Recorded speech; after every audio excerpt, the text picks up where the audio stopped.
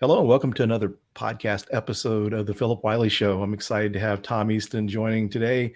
Tom and I know each other from the information security community, and we actually, I guess, the first time we probably saw each other was during Tom's talk at B-Sides Las Vegas last year. I was following Tom, and so I actually was able to get a picture and send it over to Britt, your social media person there. So Yeah. yeah, so thanks for joining today, Tom. Yeah. Thanks for having me, Philip. Great honor being on your show. I know we're kind of trading podcasts, right? I'm interviewing you, you're interviewing me. I love it. It's great. This is what podcasters should do, right? Yeah, it's kind of funny that it wasn't really intentional. It was just kind of getting each other on the podcast. But then you hear all these people saying, if you're wanting to build your listening audience, collaborate with other podcasters. So that's kind of what we're doing. So that's how you do it. That's how you do it. So yeah, it was funny. You mentioned B-Sides because I was like going over by a couple of minutes on my talk, and Kathleen is back there like, you've got like 2 minutes, and then you're coming up. So I was like, I felt bad originally because I'm like, oh, I'm taking time away from you, but you were totally cool with it. So yeah, thank you. It worked out because my talk was just trying to fit into the amount of time I had, because it was going to be like 30 minutes probably max with Q&A, because that was originally a talk that I gave for Pancakes Con, which was a 2-part talk, pen testing experience and how to get it. The second half was like hacking health or whatever like that. And just trying to get that all to fit. So it really worked out well for me because, I didn't need quite as much time for my talk. So it worked out well. Very good. Cool. So why don't you introduce yourself to our listeners? Yeah. So my name is Tom Eston. In my day job, I am the VP of consulting and Cosmos delivery over at Bishop Fox. So I oversee our consulting and our Cosmos product teams from the delivery side. So I make sure that we have great quality and all of our employees are happy and all the things that a VP gets to do. And I've been there for almost 3 years now. So it's been great. And then when I'm not doing my day job, I am a podcaster. So I'm the founder and the host of the Shared Security podcast. And we've been around for over 14 years now. I actually had to double check that because I was actually doing a podcast before that called Security Justice. I don't know if you or your listeners maybe heard of that podcast. It was like 2008 to 2012, about 4 years we were podcasting. So technically I've been podcasting for over 15 years if I add that other podcast in. So that's a long time. And you were probably one of the first cybersecurity podcasts, I would imagine, because I wouldn't think there'd been a lot back then. There were only a few. And I had just recently had this conversation with Paul Asadorian from Security Weekly, or it used to be Paul's Security Weekly, or paul.com, if you remember those guys. And they're still around. And we were laughing about that because we all used to meet up at ShmooCon every year. And we did this thing called the Podcasters Meetup. And it was literally like 5 podcasts at the time. And those were crazy days. So how long had Paul been around, Paul's Security Weekly? Oh gosh, like he's going on like for now for like over 20 years. Okay. Doing the podcast. He's definitely like the OG in terms of security podcasts for sure. Yeah. Yeah. It's one of my favorites. I got the opportunity to be on his show back in 2021. Yeah. Yeah. He's a great guy. Great guy. And Larry, if you know Larry Pesci as well. Also a good guy. Yeah, I also got to meet Adrian.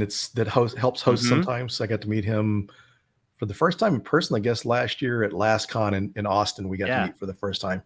Yeah, he's got a whole empire now, like this whole podcast empire of like, like how many podcasts do you have within that one podcast? He's like, I don't know, like 5 or 6.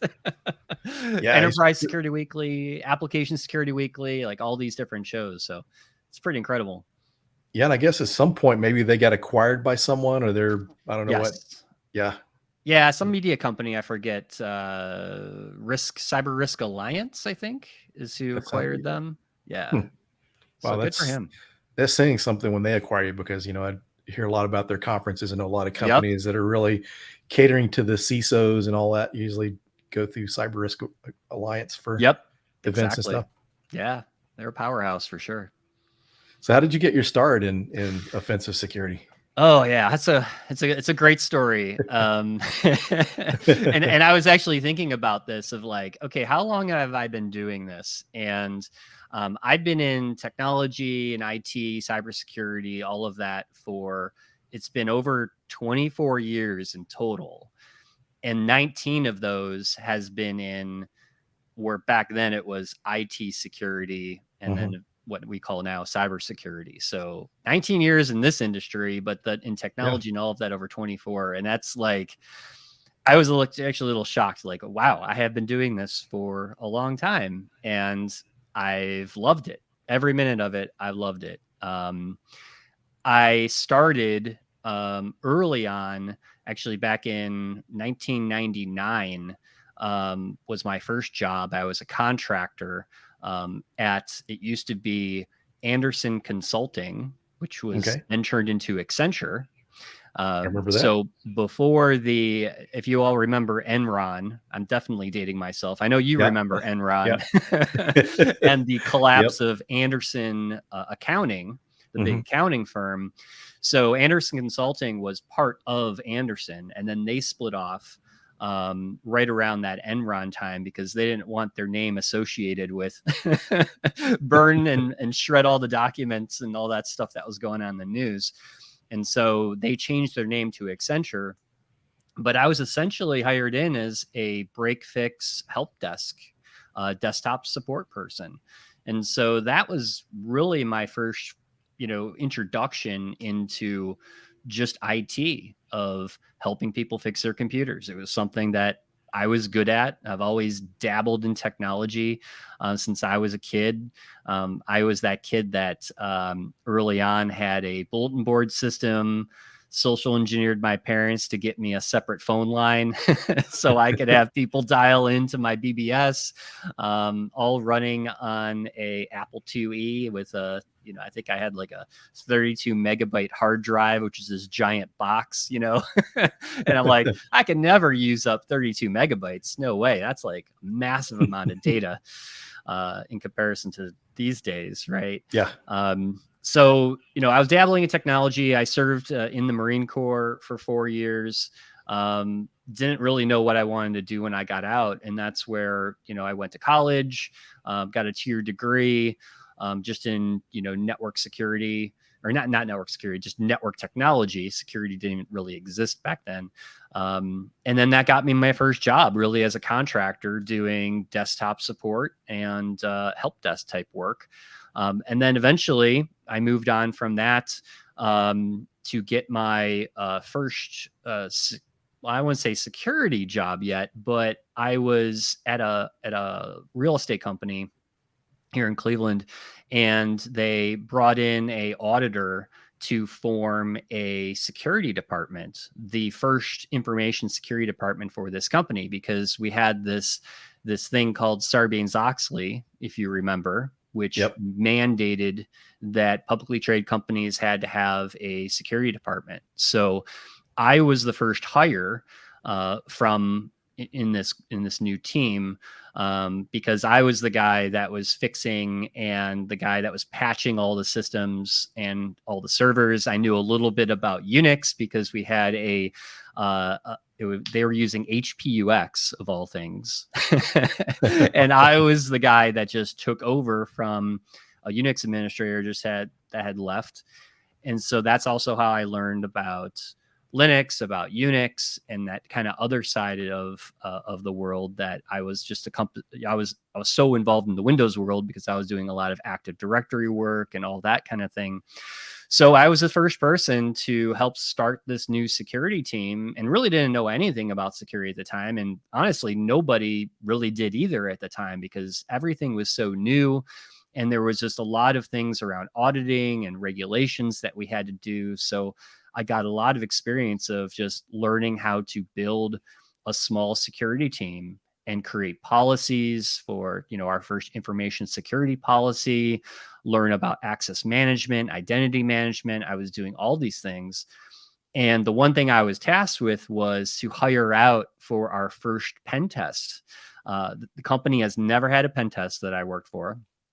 And I knew nothing about pen testing at all either. I knew about like the hacking scene and the hacking culture because I was kind of curious about DEF CON and, all these like hacks that, I was reading about on the internet. And so we hired this company, very small company. There were like 5 guys. And I remember sitting next to the pen tester, and I was just enamored by all the things that he was doing. And this was our first pen test. And of course, this guy had domain admin in like 5 minutes, right? Like found every single hole that we had in the company. And I was like, oh my gosh, like, how did you do that? It was like he's a magician or something with a keyboard and he's doing all these amazing things. And I was just so inspired by this guy. And he let me sit next to him. He was it was like 3 or 4 days. He was in the office, and I'm just soaking up all this information. I'm like, what tool is that? Like, what are you doing on the command line? He was probably really annoyed with me because I was asking all these questions, but he was so cool about it. And I was just like, oh my gosh, I got to do this full time. This is amazing. This is way better than checking boxes for some auditor. Now I get to uncheck boxes, which is much better. So that was kind of my first like interest into pen testing and what we call today offensive security. And I started to do more things on my own because I knew in the current company I was at, there wasn't a lot of opportunity for me to do like pen testing on my own. So after that, I found a job at a bank, a big Fortune 500 bank here in Cleveland.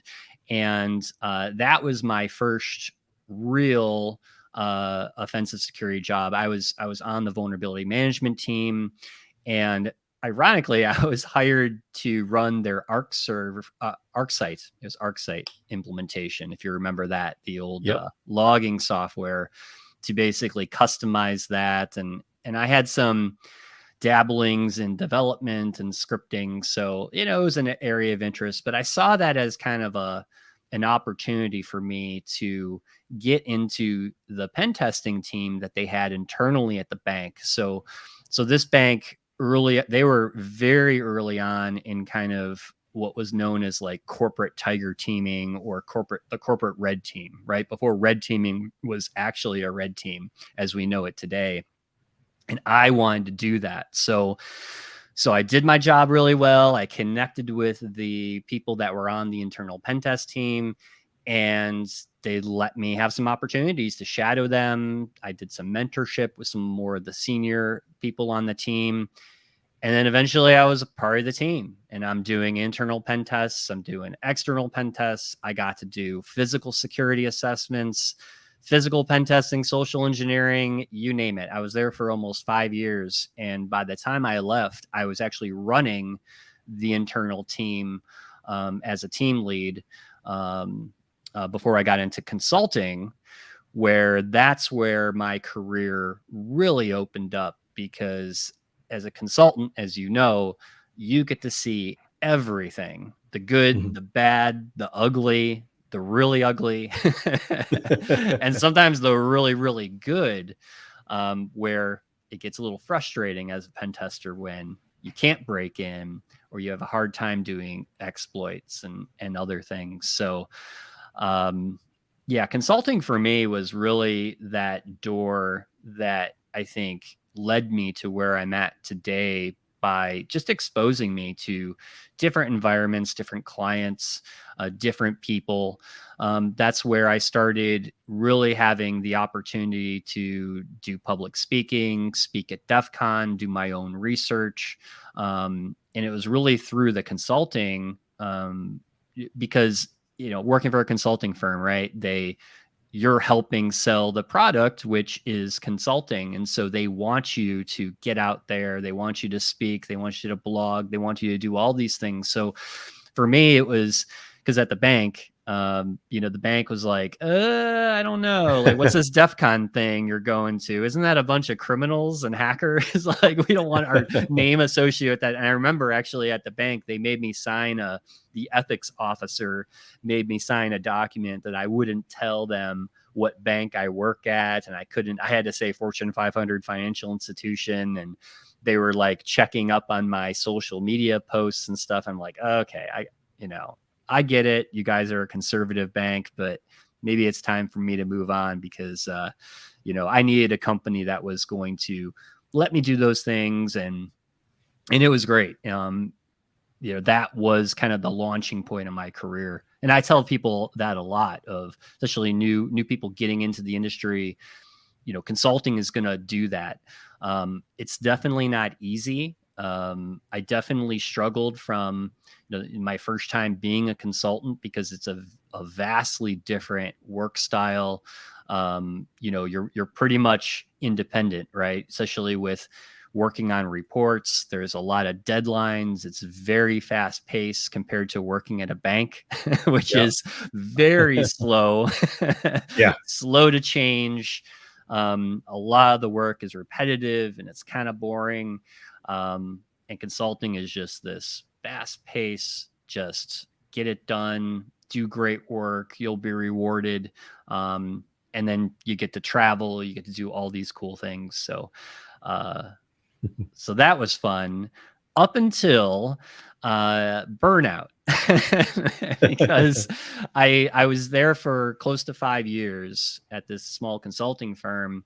And anybody that knows that you're kind of that road warrior, right? And I had young kids and I was traveling probably 80, 85, 90% of the time, living out of hotels, living out of airports. I mean, for a lot of people that don't have families and, if you like that kind of lifestyle, awesome. Right. And, you can do that and just kind of collect those paychecks. And even though you're not home to spend the money, but, it can work out. But I eventually got to a point where I'm just so burned out by this. It's affecting me, my mental health and like my family. And I just had to do something different. And that's where I saw an opportunity to lead the pen test team over at Veracode. And the best part about that job was they said, you don't have to travel. Like, we just want you to come to Boston, maybe, 3 times a year just for some meetings, but you can work from home remotely. So that was my first remote job. So that was 2015 that I started at Veracode. And this was before like remote working was actually cool, which was great for me. And I really thrived there because working remote just really gave me an opportunity to not only focus on my job and do that really well, but it gave me the flexibility to give me that break that I needed mentally. And so that's where I picked up, getting back into running. I started taking better care of myself. I was much happier with my career because it just gave me a lot of this flexibility and time back that I didn't have to spend on the road or in an airport, which we all know is not the greatest place to be, especially these days, the way air travel is. So that was great. I grew kind of more of my management career there. So before going on to Veracode from this consulting firm, I was kind of doing this dual hat role where I was, a consultant. I was a principal consultant, so still doing pen tests, still doing consulting, but I was also managing a team of pen testers, and I was doing both those roles at the same time. That also I found was kind of, impacting my mental health and my well-being because I'm trying to do 2 things at once and I had to choose. I came to a point in my career where do I stay the individual contributor or do I go to management and more of the business side? And I chose the management business side because at the time I saw it as, this is a new challenge for me. I've kind of taken my career where I could take it from a technical perspective. I was very good at what I did, but I felt that maybe I can do something different and I can contribute to the industry, maybe in some non-technical ways. So that's where I shifted my career and then became a manager of the pen test team, where I wasn't doing any pen tests anymore. And I haven't done pen tests since 2014, 2015, which sounds crazy. And I get people asking me all the time, like, well, do you miss it? Do you miss, keeping up with all the tools, the techniques and all that? And in some ways I do. I miss the feeling that you have when you exploit a system or you break into a company, and you miss the rush of that and the adrenaline that I think all of us as hackers get from doing that. It's really exciting because you feel like you're doing something bad, but you're okay. It's okay for you to do it. Yeah. You're not going to go to jail because you have permission to do it. But, that's just, it was one of those decisions I had to make, and I'm glad I did. I'd say management and the business side of things have opened up even more opportunities for me. And I feel now like I'm really giving back to my teams and to the people that I get to lead every day through mentorship. And I always tell people, leadership is about making people better. Essentially, that's my job. My job is to make people better, help them do their jobs better. And hopefully at the end of the day, you've made an impact in somebody's life. And it just goes far beyond the technical, right? We could always mentor people on the technical skills. I mean, Phillip, you do an awesome job through all your trainings and all your talks and everything that you do. And that also includes, you're big on mentorship. I am as well, and many others that we work with. And I think that's just such a huge thing that if we can continue to contribute and have people come to us and say, hey, how do I get into this field? Or how do I do, if they ask me a technical question about how do I, do you know anybody that knows about this tool or this technique? I have a large network now that even if I can't teach them, I can direct them towards somebody that does, or has that skill, or has that particular interest. So, it's just been a journey, I think, just, seeing how I've kind of changed my direction from technical to management. But it's given me so many more opportunities, and I feel like I'm just really giving back now to the community. That's awesome. And I think it's one thing people have to look at too, because people asking you if you miss it. But one of the things some people don't understand is after you do this long enough, it's not as fun anymore. Anything you do for the first time or for so many years is just a lot of fun. But then after a while, you kind of get bored. And if you want your career to evolve, you have to look at other areas. Sometimes it was hard to consider other things for me too. Sometimes because you just cling on to that identity and you just don't really give that up. But then you're also I haven't really worked. I was a team lead for a red team once for a global consumer products company, but I would imagine, compensation and all that's going to have better opportunities doing that than just being an individual contributor. Yeah. And that's the other thing I'll tell people too, is it's not always about the money. A lot of people think of I need to get promoted. I need to grow my career so I can make more money. Money is just a byproduct of your success and where you go in your career. And it definitely shouldn't be everything. And I know people are motivated by different things. Some people are motivated by money, but when you really think about it, you have to look at your career as a whole, right? What are the things that I'm motivated by? Why do I really come to work? And I'd say if you're really coming to work for a paycheck, and that's it, you're probably not going to last long doing that. Very true. So as far as your Bishop Fox story, how long ago, when did you start at Bishop Fox, and kind of how did you start out? What role did you start out there? Yeah. So, my journey at Bishop Fox was also interesting. So, I started at Bishop Fox in 2020. So, right in the pandemic, essentially, when everything went down. And I was hired as the application security practice director. So one of my specialties when I started consulting was application security, and this was AppSec when it was very early. It's actually one of the reasons I went over to Veracode, because Veracode was at the time they were actually the only product company that was doing static binary analysis, or SAS scanning, which was pioneered by Chris Weisopel and Christian Ryu. And I really wanted to learn more about AppSec. I really wanted to deep dive into that whole field.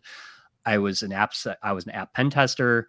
I was also doing development and scripting. So I loved code. I loved reading code, which just sounds weird now. Like, you'd like doing code reviews. I actually did it one time. Not anymore, but I did enjoy that type of work. And so when I got to Bishop Fox, they were looking for a practice director for their application security practice. And I got to help build out some of their service lines, extend out things that they were already doing really well, but really focused on, how do we make our service offerings more efficient, more repeatable, more scalable, but still maintaining the great quality that Bishop Fox has always been known for, which is our reports and our consultants and the deliverables. So I did a lot of work in that space. And then my boss, who's the AVP of consulting, he ended up leaving for another opportunity. And I saw an opportunity there to have a greater role and responsibility in the company. So I applied for that position and I ended up getting it. And so I was overseeing both the red team, the network security, as well as the application security practice. So basically running all of the consulting for the company. Another year passes, has some changes in the company, and I had another opportunity to essentially lead not just the consulting area, but the Cosmos side of the business. So those of you not familiar with Bishop Fox, so we have our consulting business, but we also have our Cosmos, which is our attack surface management platform. And so we have a team of operators and analysts that essentially do sometimes similar work to what consultants do, but they're doing things where they're working out of results from our technology that come in. They do analysis on that. They'll do exploitation. So it's more of a like real-time pen testing as a service type of work.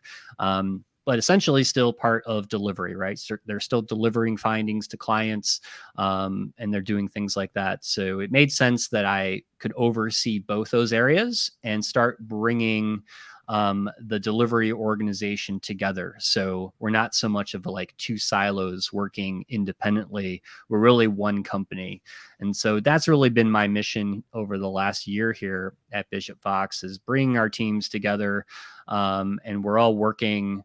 It's so amazing, actually, just the talent that we have in this company. And now that I'm overseeing both of these areas, we truly feel like one team, which is it's been awesome. Yeah, and one of my former students works there. Oh, great! Yeah, I know. Yeah. Yep. When you mentioned the mentoring stuff, it's really amazing to see some of the people in the industry, or some people you've taught or mentored, and see what they do, because she was like super sharp to begin with. I mean, it was just amazing talent. Yep, I know exactly who you're talking about. Yeah, yep, she is an amazing talent for sure. Yeah. So we got summer camp coming up soon. If you want to talk about your B-Sides Las Vegas talk. Yeah, I'm looking forward to summer camp this year. So last year I did a talk called Management Hacking 101, leading high performance teams, and that talk was about just my experience leading and managing, and really getting into kind of the core concepts of coaching, mentoring, how to handle performance reviews, hiring, firing, all the kind of the core management essentials. So this year I'm taking a little bit of a different approach, because some of the feedback I had from that talk was, hey, could you talk more about some of the other things that we all have to do as leaders? And that's understanding people's personalities. How do you be more empathetic to people on your teams? no matter what's going on in their lives. And then the big one was, how do you have difficult conversations? Because that's a tough one, no matter how experienced you are as a leader or a manager or as a person. You're going to have difficult conversations, whether that's your personal life or with an employee or someone on your staff or your boss.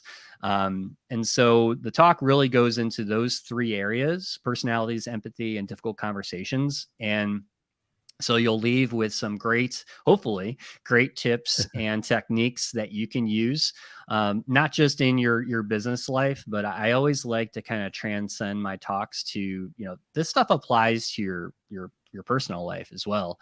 It's not just always about your job and being a manager and leader, but you're also a leader at home too, right? So you have to take these concepts and apply them to your personal life too. Very cool. And one of the nice things too is you might run into similar talks, but it's like a totally different industry or generic business type of presentation. So when you can apply it towards, Yep. cybersecurity, then that's even a bigger plus. Yeah, one of the things that I've applied, like with my first talk on this, it was really geared towards, how do you manage technical people? Because there is some different things that you have to consider, especially in our industry. I've managed really pen testers my whole career, and as you know, as a pen tester, we're an interesting bunch. Yeah, I'd say that the majority are, I'd say, very introverted. They have varied personality types, which again is also really good to understand, of like, who are the people on your team, what makes them tick, what motivates them. Those are all concepts that as a manager and a leader, you got to understand. But technical people sometimes just like want to be left alone. Like, don't touch me, don't come near me. Like, I just want to do my job. And then there's others that are very outgoing and they need that human connection. They want to talk to you. They want to express all their feelings. And so, a lot of the talk is like, how do you manage that in a very technical, high-paced, constantly changing environment, which, as you know, that's cybersecurity, right? This industry is constantly changing. So hopefully after my talks, people get some good tips and techniques that they can take back to work and their personal life and make things a little bit easier for them.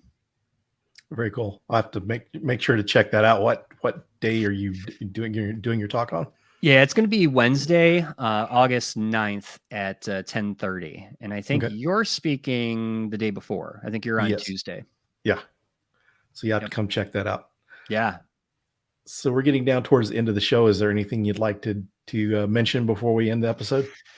The only thing I'd mention is if you want to keep up with what I'm up to, I recently restarted my blog, which was kind of dead for a couple of years. So my blog is spylogic.net, and you can find out all the stuff I'm doing and upcoming speaking and things like that. And then my podcast, the Shared Security Podcast, is at sharedsecurity.net. You can check that out. We're, of course, available wherever you get your podcasts from, just like your show, Phillip.